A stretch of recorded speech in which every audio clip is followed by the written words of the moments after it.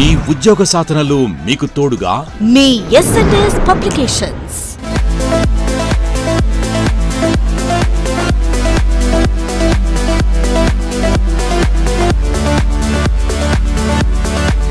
Good afternoon once again.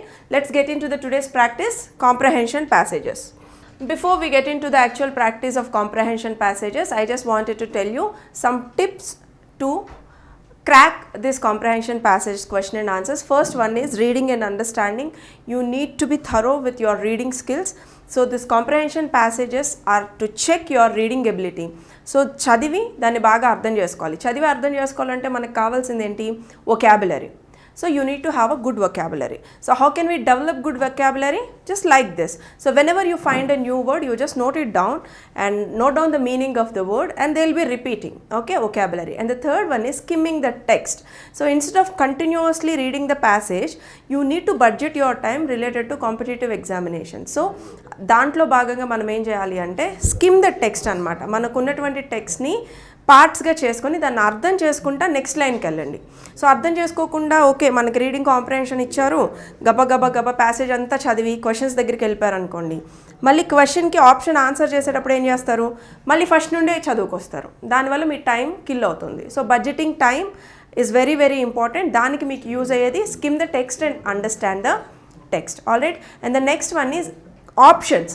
Read the options twice or thrice to select the. Some times ఏమవుతుందంటే రెండు options మనకు కరెక్ట్గానే ఉంటాయి. ఆ రెండు ఆప్షన్స్లో ఒక ఆప్షన్స్ కరెక్ట్గా చూస్ చేసుకునేటప్పుడు మీరు కరెక్ట్గా ఇంకొకసారి చదివి దానికి ఆన్సర్ చేసుకోండి. Alright. So these are the basic tips for reading comprehension. Let's get into the today's practice. So today's first passage, very small passage, but 5 questions are given. Let's read the passage and understand. First passage I will help you to do that.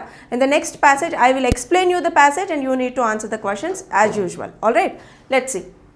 Although a smiling face often disguises the mind and heart of a villain, an indiscriminate generalization of this phenomena will do injustice to the innocent children whose faces bloom like flowers. So చాలా చిన్నగా ఉంది కదా passage. మనం అనుకుంటాం చాలా చిన్నగా ఉంది కాబట్టి ఆన్సర్స్ ఈజీగా చేయొచ్చు అని అనుకుంటాం. చిన్న ప్యాసేజెస్లోనే మనకు ఆన్సర్స్ని ఫైండ్ అవుట్ చేయడం కష్టమవుతుంది. So next step what you need to do, you read and you identify the disguises, indiscriminate. So these are the hard words in this passage, nothing more than that. Although a smiling face often disguises the mind and heart of a villain. So smiling face అనేది డిస్గైజెస్ అంటే cover చేయడం అనమాట, conceal చేయడం. Once own ఎపీరియన్స్ని, మీకున్న ఎపీరియన్స్ని cover చేసి వేరే ఒక మనిషిలాగా మనం కనబడ్డాం. Okay. Although a smiling face often disguises the mind and heart of a villain. Here villain means a negative person, a cruel person. నవ్వుతూ ఉన్న మొహాల లోపల ఏముంది అనేది మనకి తెలియదు. అలాంటిది although smiling face of and sometimes disguises అంటే దాన్ని కవర్ చేస్తున్నప్పటికీ కూడా ఒక చెడ్డ వ్యక్తి యొక్క పర్సనాలిటీ, ఒరిజినల్ పర్సనాలిటీ ఏంటి, లోపల క్రూయాలిటీ ఉంటుంది, బయటికి ఏం చేస్తారంట స్మైలింగ్ ఫేసెస్ పెట్టుకుని ఉంటారు. అలాంటిది కొంతవరకు ఇండిస్క్రిమినేట్ జనరలైజేషన్, ఇండిస్క్రిమినేట్ అంటే random, aimless.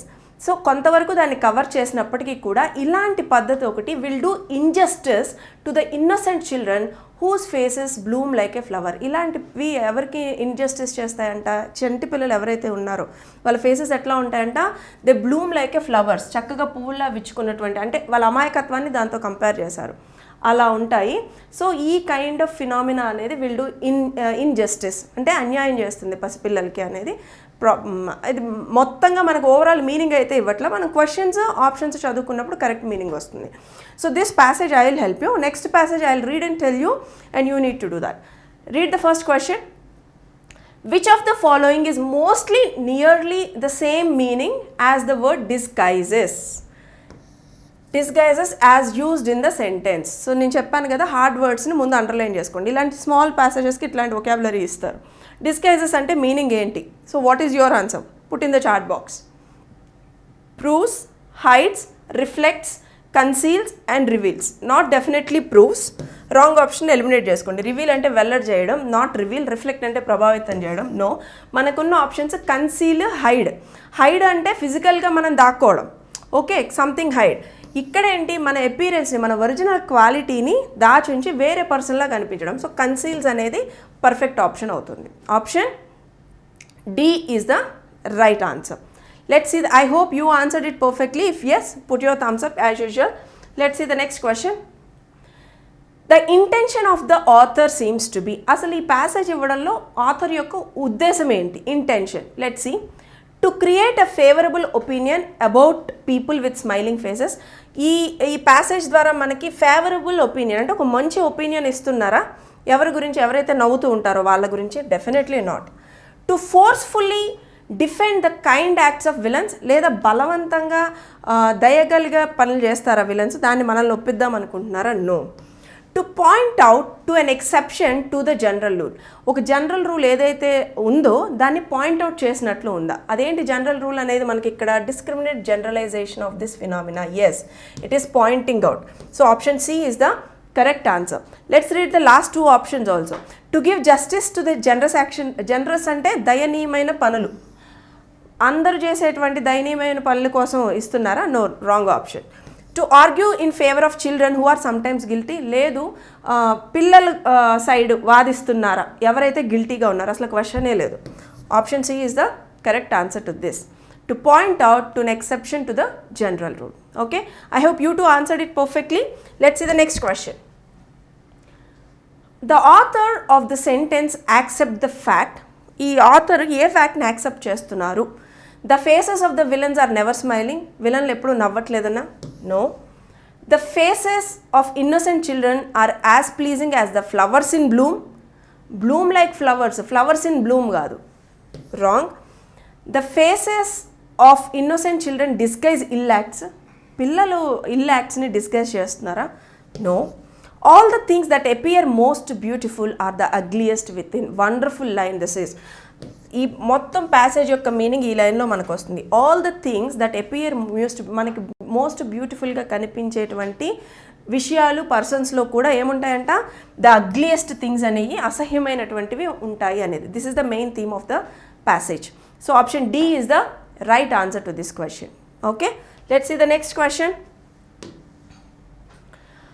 Which of the following is most appropriate of the word indiscriminate as used in the passage? మనకి ఎప్పుడు షార్ట్ ప్యాసేజెస్ ఇచ్చిన వర్డ్స్ అనేవి ఇంపార్టెంట్.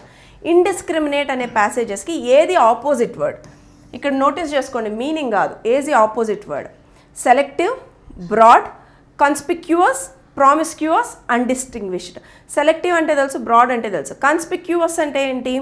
క్లియర్లీ విజిబుల్ అనమాట, మనకి క్లియర్గా. ఇండిస్క్రిమినేట్ అంటే జస్ట్ ర్యాండమ్గా, ఎయిమ్లెస్గా. దీనికి ఆపోజిట్ మనం సెలెక్ట్ చేసుకుంటే కాన్స్పిక్యూస్ అంటే clearly visible. This is the right answer. ఇక్కడ ప్రామిస్క్యూస్ అంటే వైల్డ్ అని మీనింగ్, వైల్డ్. సో దానికి దీనికి సంబంధం లేదు. అన్డిస్టింగ్విష్డ్ అంటే మనకు అర్థం కాని. ఇండిస్క్రిమినేట్, కాన్స్పిక్యూస్ అనేది ఆపోజిట్ వర్డ్ అవుతుంది. Okay, clearly visible. ఇక్కడ మనకి meanings, vocabulary plays a vital role to identify the right answer. Okay, let's see the next question of this passage. The author feels that an indiscriminate generalization of the phenomena,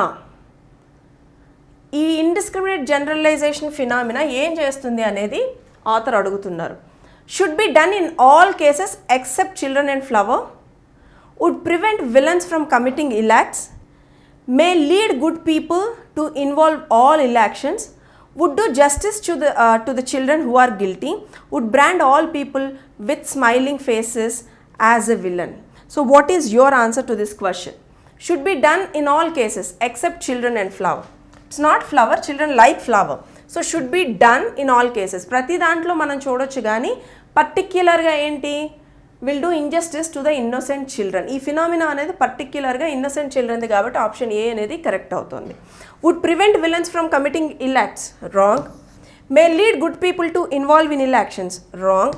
would do justice to the children, ఇది మనకి రెండోసారి ఇచ్చారు option previous క్వశ్చన్లో కూడా, wrong. Would brand all people with smiling faces, లేదు ప్రతి ఒక్కరిని కూడా స్మైలింగ్ ఫేసెస్తో ఉన్న వాళ్ళందరినీ విలన్లు అనుకుంటామా? కాదు. So option A is the correct answer to this question. So how many of you read the passage and understand and answered all these questions perfectly? Put 5 thumbs ups if all your answers are correct, and 4 if 4, 3. Congratulations the students who answered the questions. Now let's see the next passage. From this passage onwards I will just explain you and you are going to answer the questions. Okay, read along with me and try to understand the passage. The strength of the electronics industry in Japan is the Japanese ability to organize production and marketing rather than their achievements in original research. So ఇక్కడ వరకు మనం skim చేసుకుంటే దీని వరకు అర్థం చేసుకోండి. Japanese యొక్క strength ఏంటి ఈ ఎలక్ట్రానిక్స్లో, ఎలక్ట్రానిక్ ఇండస్ట్రీలో డెఫినెట్గా జపానే కదా మనకి ముందుంది. వాళ్ళ యొక్క స్ట్రెంగ్త్ ఏంటి అంటే ability to organise production and marketing. ప్రొడక్షన్ని మార్కెటింగ్ని ఆర్గనైజ్ చేయడంలోనే వాళ్ళ స్ట్రెంగ్త్ అనేది దాగుందంట. Rather than the achievements in original research. మిగతా కంట్రీస్ అన్నీ ఏం చేస్తాయి, రీసెర్చ్ మీద ఎక్కువ ఫోకస్ చేస్తాయి. కానీ జపనీస్ వాళ్ళు ఏం చేస్తారు, ప్రొడక్షన్ మీద మార్కెటింగ్ మీద ఎక్కువ ఫోకస్ చేస్తారు. అందుకనే ఎలక్ట్రానిక్ ఇండస్ట్రీలో వాళ్ళది ఎప్పుడు కూడా స్ట్రెంగ్తీగా ఉంది. The British are generally recognised as a far more inventive collection of individuals but never seem to able to exploit what they invent. There are many examples from TSRZ hovercraft, high-speed train, Sinclair scooter to the Triumph, BSA and Norton motorcycle, which all prove this sad rule. ఇక్కడ Britishers ఏం చేస్తారు అనేది ఈ టెక్స్ట్లో ఇచ్చారనమాట. ఇక్కడ నుంచి ఇక్కడ వరకు కూడా బ్రిటిషర్స్ ఆర్ జనరల్లీ రికగ్నైజ్డ్. ఇండివిజువల్గా వాళ్ళు ఏం ఇన్వెంట్ చేశారు అన్న దాని మీద వాళ్ళ ఫోకస్ ఎక్కువగా ఉంటుంది. కానీ వాళ్ళు కూడా చాలా ఇన్వెంట్ చేశారు. ఫర్ ఎగ్జాంపుల్ హోవర్ క్రాఫ్ట్, ఏదైతే వెహికల్ మనకి ల్యాండ్లోను వాటర్లోను మూవ్ అవుతుందో దాని హోవర్ క్రాఫ్ట్ అంటాం. High speed train, Sinclair scooter అంటే బ్యాటరీ స్కూటర్ ఏదైతే బ్యాటరీతో నడుస్తుందో, బిఎస్ఏ నార్టన్ మోటార్ సైకిల్, ఇవన్నీ కూడా ఈ రూల్ని వాళ్ళు ఇండివిజువల్ ఇన్వెన్షన్కి ప్రిఫర్ చేస్తున్నారు కానీ మార్కెటింగ్ మీద వాళ్ళ దృష్టి ఎక్కువ పెట్టలేకపోయారు. సో అందుకని వాళ్ళు ఎక్కువగా స్ట్రెంగ్తన్ అవ్వలేదు అనేది meaning. The Japanese were able to exploit their strengths in marketing and development many years ago, and their success was at first either not understood in the West or was dismissed as something, dismissed ante let go, as something which could have been produced only at their low price. First initial డేస్లో Japanese చేసినటువంటి వాళ్ళు try చేశారు మార్కెటింగ్లోను డెవలప్మెంట్లోను. కానీ initial డేస్లో ఏమైంది, అది కొంత side మాత్రమే, వెస్ట్ సైడ్ మాత్రమే వెళ్ళగలిగింది. Which could have been produced at their low price, చాలా తక్కువ ప్రైస్తోనే వాళ్ళు చేయగలిగారు. They were sold because they were cheap copies of other people's ideas churned out of a workhouse which was dedicated to hard grind above all else. churned out, the new word ఏంటంటే ఇక్కడ churned out. కానీ అవి cheap ప్రైస్తో చేసినప్పటికీ కూడా they were all sold out, భయంకరంగా అమ్ముడిపోయినాయి. ఎందుకని, అవన్నీ కూడా చీప్ కాపీస్ అనమాట. మిగతా వాళ్ళు చేసినటువంటి ఐడియాస్కి కాపీ చేసి వీళ్ళు తక్కువ ప్రైస్లో అవన్నీ తీసుకురాగలిగారు. సో చర్న్డ్ అవుట్ అంటే to produce, okay, to produce which were dedicated to hard grind అంటే hard work above all else. మిగతా వాళ్ళు చేసిన అన్నిటికీ కంటే కూడా వాళ్ళ ఐడియాస్ని కాపీ చేసి వీళ్ళు తక్కువ ప్రైస్లో చేశారు కాబట్టి అది ఎక్కువగా సక్సెస్ అయింది అనేది. This is all the passage is all about the strength of the electronic industries in Japan. Okay, now it's time for you to answer the questions. Every question carries 1 minute time. We keep on changing the slide for your convenience. You understood the passage. Now time for you to write down the answers. Once you are done with answer, you just please mention in the chat box, then we will change the slide. All right, your time starts now. Ready? The main theme of this passage, asli passage yokka main theme enti? 1 second, sorry for the inconvenience. Electronics industry in Japan, industrial comparison between Japan and Britain, the importance of original research in industry, the role of marketing efficiency in industrial prosperity. So generally first line చూడగానే ఇమ్మీడియట్గా మనం answer చేసేస్తాం దానికి. Correct, electronic industries in Japan. Only Japanese యొక్క electronic ఇండస్ట్రీనే కాదు అసలు అక్కడ మెన్షన్ చేసింది, కాబట్టి ఇది not the right option. Industrial comparison between Japan and Britain, జపాన్కి బ్రిటన్కి మధ్య ఇండస్ట్రియల్ కంపారిజన్ జరిగింది. కానీ if you go on reading మిగతాయి కూడా మనకి చాలా పాయింట్స్ ఇచ్చారు. So this is not the right option. The importance of original research in the industry, లేదు ఆ research original research in this electronic industry, no. The role of marketing, option D is the correct answer. Marketing అనేది ఎలాంటి key role play చేస్తుందో in the efficiency of industrial prosperity. Industrial prosperity వృద్ధి కోసం marketing అనేది కీలకమైన role play చేస్తుంది, overall meaning. So that is the theme. Option D is the right answer. Let's see the next question answer. The TSRZ hovercraft, high-speed train, Sinclair scooter, etc. are the symbols of. ఈ vehicles దేనికి symbols? Japanese ఫెయిల్యూర్స్కా, Japanese సక్సెస్కా, British ఫెయిల్యూర్స్కా, British సక్సెస్కా? So what is your answer? So see all these questions like the TS hovercraft high speed, Triumph, BSA motorcycle, which all proves sad rule. Sad rule of what? British's failures. Option C is the right answer to this question. Let's see the next one. The sad rule mentioned in the passage refers to the lack of variety in Japanese invention. అసలు ఈ sad rule అనేది ఇక్కడ mention చేశారు కదా, ఆ sad rule ఏంటది? Japanese lack of variety, Japanese ఇన్వెన్షన్స్లో variety లేకపోవడమా? The inability of the Japanese to be inventive like the British, Britishers లాగా జపనీస్ ఇన్వెంట్ చేయలేకపోవడమా? The poor marketing ability of the British. ఆ sad rule ఏంటి అంటే the poor marketing ability of the British. Option C is the right answer to this question. That is also clearly given. Let's see the next question. According to the passage, prosperity in the industry depends on marketing ability, productivity, official patronise. Official patronise అంటే manufacturing, inventiveness. What is your answer? Sponsorship అంటాం దీనికి.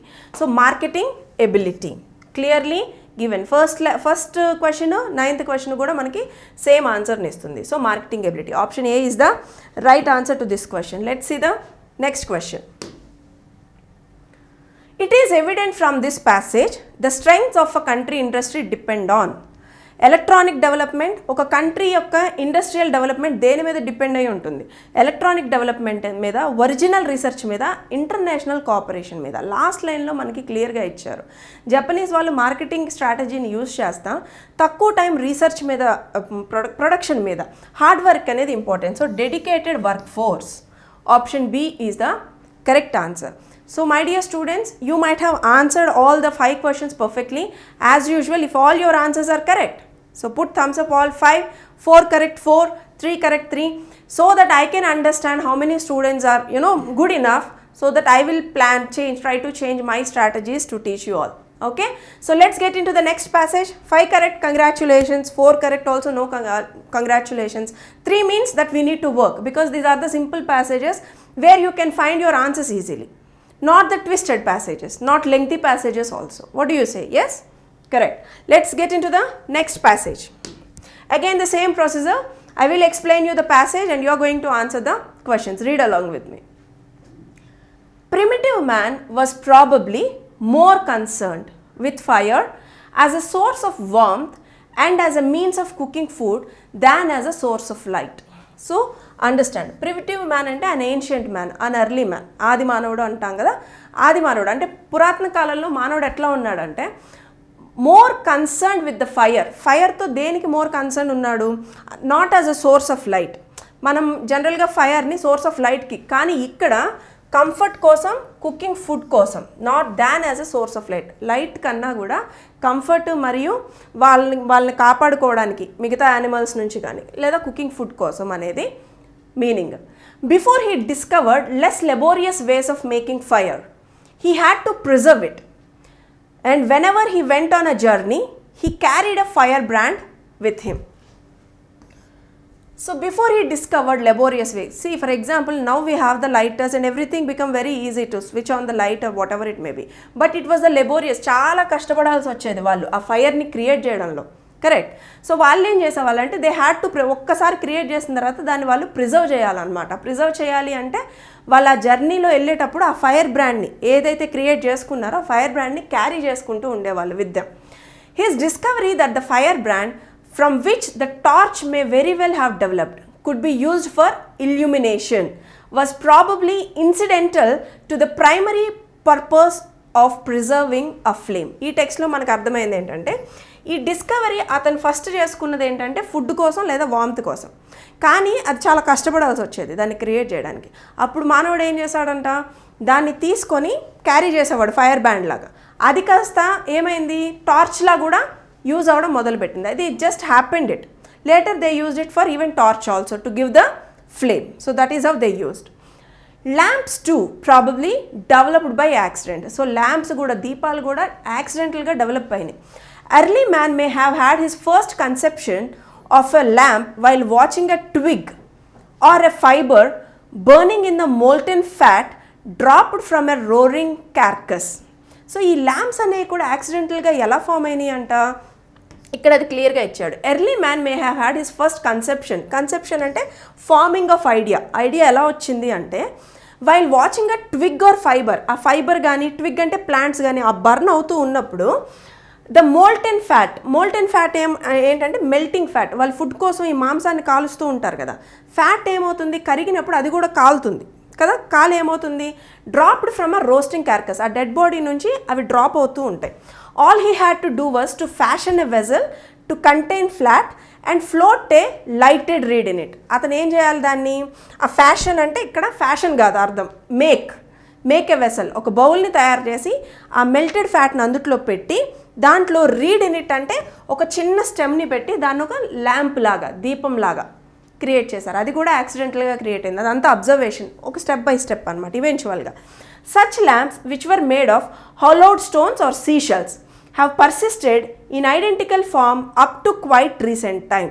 So వాళ్ళు ఆ వెసల్ని ఎలా create చేసేవాళ్ళంటే hollowed stones, ఒక రాయికి చిన్న whole చేసి ఆ హోల్లో ఈ మెల్టెడ్ ఫ్యాట్ని పెట్టి క్రియేట్ చేయడం, లేకపోతే సీషెల్స్ ఉంటాయి కదా, సీషెల్స్ని యూజ్ చేయడంలో కానీ దే పర్సిస్టెడ్ అంటే కంటిన్యూడ్ దేర్ ఐడెంటికల్, ఇప్పటికీ కూడా మనం అట్లాంటి యూజ్ చేస్తూ ఉన్నాము అనేది overall meaning of the passage. The passage is very clear to you all. Now your time starts now to answer the 5 questions. Alright, clear? Done. Primitive man most important use for fire was to provide warmth, to cook food, provide light, both A and B. To provide warmth, correct, and to cook food, correct, to provide light. This is the primary most important initially enti ante provide warmth, cook food kabatti option D is the right answer to this question, both A and B. Don't select, sometimes you need to check with all the options. The firebrand was used to prevent accidents, provide light, scare animals, save labor. So what is your answer? The answer is to provide light. Option B is the right answer to this question. Let's see the next question. By primary, the author means primitive, fundamental, elemental, essential. What is your answer? Primitive, primary, fundamental, basic, elemental, important, and essential. The primary means option D is the right answer to this question. Let's see the next one. Lamps probably developed through mere hazard, fate, chance, or planning. So by chance it was created, or vidhi valla or planning valla. It is a by chance they created. Option C is the right answer to this question. Next one. Early lamps were made by using a reed as a wick in the fat, letting a reed soak the fat, putting the fat in the shell and lighting it, floating a reed in the seashell. Floating a reed in the seashell is wrong. Using a reed as a wick in the fat is correct answer. Option A is the correct answer to this question. I hope you checked all your answers. If all your answers are correct, put 5 thumbs ups. 4, 4, 3, 3, fine, don't worry. Let's get into the next passage.